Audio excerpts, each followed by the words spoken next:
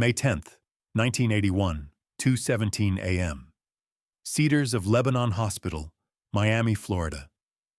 The phone call that would forever change Bob Dylan's understanding of fatherhood came in the middle of the darkest night of his life. He was sitting alone in his Malibu home, staring at a letter from his estranged son, Jakob, who had written brutal words about his absent father.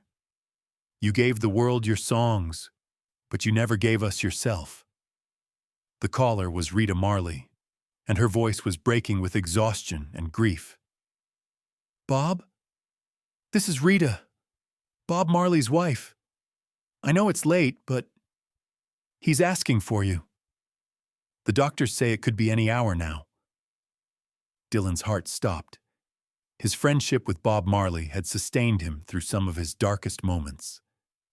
But they hadn't spoken in 6 months. Now the reggae king was dying of cancer at just 36 years old, and Dylan felt a crushing wave of regret for all the conversations they'd never had. "He keeps saying your name," Rita continued, her voice barely a whisper. "Keeps talking about his children, about legacy, about what matters when everything else falls away. Bob, he needs you here." What happened in the next 14 hours would teach Dylan the most important lesson of his life and transform how he saw his own children forever. Dylan caught the first flight to Miami, his hands shaking as he stared out the airplane window at the dawn breaking over the Atlantic. He kept thinking about the last time he'd seen Marley, backstage after a concert in New York. They'd talked about music, about revolution, about changing the world through song. But now Dylan realized they'd talked about everything except what really mattered.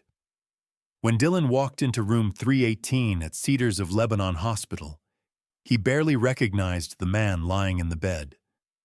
Bob Marley, who had once commanded stages with the energy of a prophet, looked small and fragile against the white hospital sheets. His magnificent dreadlocks were gone, lost to chemotherapy.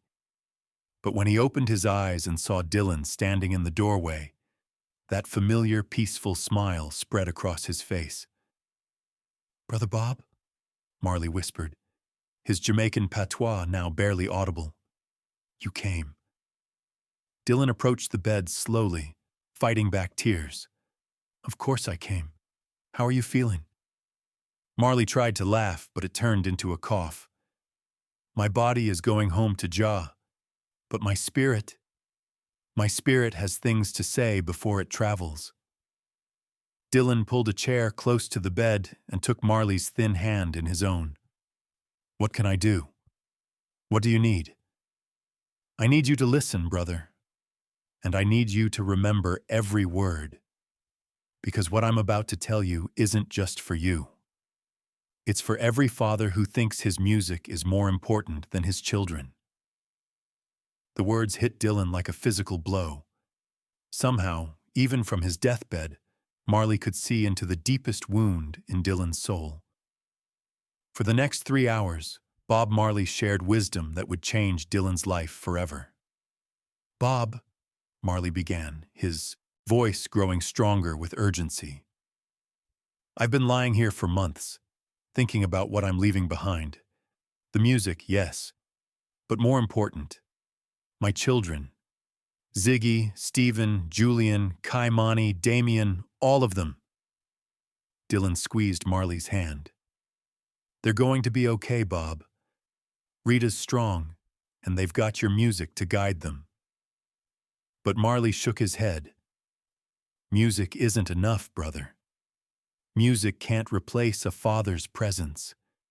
Music can't teach a child how to tie his shoes or comfort him when he has nightmares. I know because I wasn't always there either. I was on tour, in studios, fighting for the message. But I learned something in these final months." "What did you learn?" "I learned that the revolution starts at home, with your own children. With love expressed not just in songs but in bedtime stories and morning hugs and being present for the small moments that seem ordinary but are actually sacred." Dylan felt his throat tightening. But Bob, you changed the world. Your music gave hope to millions of people. And what good is changing the world if you lose your own family in the process? Marley's eyes were intense now, burning with the same fire that had driven his music. Brother, I've gotten letters from my children while I've been sick. Letters that break my heart because they're full of love, but also full of sadness about all the times I wasn't there. Marley reached under his pillow and pulled out a stack of handwritten letters, worn from being read over and over again. Listen to this, he said, unfolding one with shaking hands. This is from Ziggy, my oldest son. He wrote, Papa, I know your music is important to the world, but I just wanted to tell you that all I ever wanted was for it to be important to me too. I wanted to make music with you, not just hear about your music from other people. Dylan felt tears burning his eyes. The letter could have been written by Jakob, by Jesse, by any of his own children who had grown up in the shadow of their famous father. And this one, Marley continued, opening another letter. From Stephen. He says, I used to tell kids at school that my dad was Bob Marley, and they'd get excited and ask me what you were like. But I didn't know what to say, because I saw you on stage more than I saw you at home. The silence in the hospital room was deafening, except for the steady beep of monitors. Brother Bob, Marley whispered, looking directly into Dylan's eyes. I'm telling you this because I see the same pain in your face that I carry in my heart. How many times have your children tried to connect with you through your music because they couldn't connect with you any other way? Dylan thought about Jakob's last letter, about how his son had written, I listened to blood on the tracks, trying to understand your heart because I've never been allowed to see it in person. What do I do? Dylan asked, his voice breaking. How do I fix something I've been breaking for 20 years? Marley smiled, and for a moment Dylan could see the young revolutionary who had first walked into his recording studio years ago. You start with truth. You tell them that you were scared. Scared of being vulnerable, scared of failing them, scared that if they really knew you, they wouldn't love the man behind the music. You tell them that you confused providing for them with being present for them. And then you show up. Every day. Not as Bob Dylan the legend, but as Bob Dylan their father. You ask them about their dreams, their fears, their favorite songs that have nothing to do with you. You learn who they are as people, not just as extensions of your legacy. Over the next several hours, as Marley's strength faded in and out, he shared story after story about his children. Not stories about their musical talents or their potential careers, but simple, beautiful stories about their personalities, their jokes, their unique ways of seeing the world. Damien, my youngest, Marley said with a weak smile. He's only 3, but he already has this way of looking at people like he can see their souls. Last week, before I got too sick, he climbed into my lap and said, Papa, why do grown-ups forget how to play? It stopped me cold, brother. When did I forget how to play? As the afternoon sun streamed through the hospital window, Marley grew more tired, but more urgent. Bob, I need you to promise me something. Anything. When you leave here, you go straight to your children. Not tomorrow, not next week, today. And you tell them that Bob Marley's last conversation was about how much their father loves them. You tell them that a dying man's greatest regret was not spending enough time with his babies, and that I made you promise not to have the same regret. Marley reached into the bedside drawer and pulled out a small, leather-bound notebook. This is my letter to my children, he said, pressing it into Dylan's hands.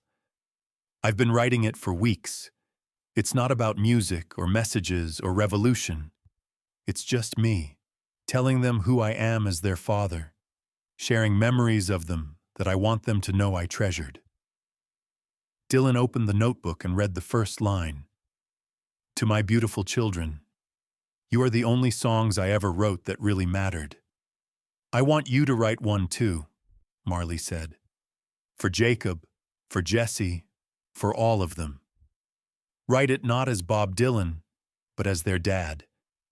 Tell them the small things you remember about them, the moments that made you proud, the ways they changed your life that had nothing to do with your career. As evening fell, Marley's breathing became more labored. Rita and the children gathered around the bed, and Dylan prepared to leave, feeling like he was losing not just a friend, but a brother who had seen his soul and loved him anyway. But Marley caught his hand as he turned to go. Brother, Marley whispered, there's one more thing. My children. They're going to want to make music because it's in their blood. But I need you to promise me that if they ever come to you for guidance, you'll teach them that the greatest song they'll ever sing is the one they sing to their own children. That legacy isn't about how many people remember your name. It's about how much love you leave in the hearts of the people who matter most. Dylan nodded, unable to speak past the lump in his throat. And Bob? Marley's voice was barely audible now. Go be the father you always had inside you but were too scared to let out. It's not too late. It's never too late to start showing up. Bob Marley died peacefully at 11:36 a.m. on May 11, 1981, surrounded by his family and holding Dylan's hand. But his final gift to Dylan had just begun to unfold. Dylan didn't return to California immediately. Instead, he flew directly to New York, where Jakob was living with Dylan's ex-wife. He stood outside the apartment building for an hour, gathering courage, then knocked on the door. When Jakob opened the door and saw his father standing there with red eyes and a leather notebook in his hands, something shifted in both their faces. Dad, what are you doing here? I came to tell you that I love you, Dylan said simply, and to ask if you want to take a walk with me. I have some things I need to say, and some things I need to learn about who you've become while I wasn't paying attention. They walked through Central Park for 3 hours. Dylan told Jakob about Marley's final words, about the regret of a dying father, about the difference between providing and being present.